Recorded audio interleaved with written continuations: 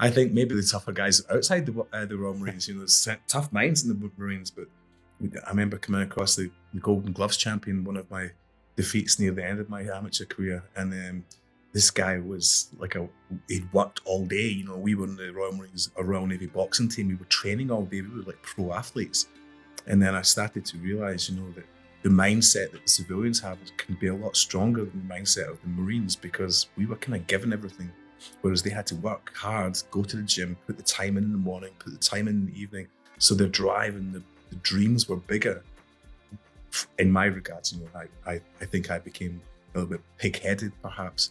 But when there's tough guys everywhere, James, it's not just in the military, that's for sure. Yeah, plus these days people can think they're tough. If someone else is carrying a gun or some other weapon, you could find out very quickly that the skills you might have acquired aren't particularly useful for that situation. Yeah, I think being tough is a local thing. You don't really get guys like us who have been in war and we've been in trouble and been to prison. We've seen violence, like we know violence.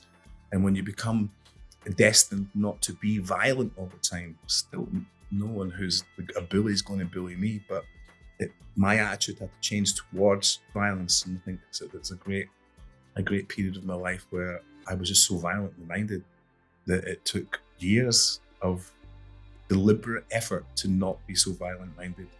I did that by coming and traveling Australia and hanging out with Aboriginals who were violent and aggressive at the time. I wanted to learn their beauty, the part of Dreamtime that they had, which was soft. And so maybe I was being tough helped them trust me to get to that point where we could share those secrets, I suppose we can call it. How did you find yourself in Iraq? I know you had the military career before that, but how did you eventually... How did it come around? Yeah, how did all roads lead back to Iraq?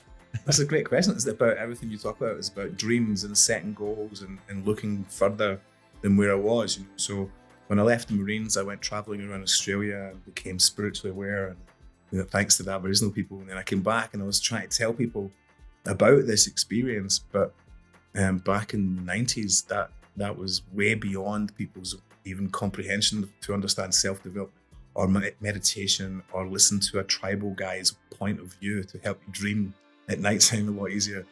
People were just like, what are you talking about? You're supposed to be this tough Marine boxer guy and you're talking all these hippie stuff. So I suppose it was a hard transition coming from the military going into the spiritual sense of that.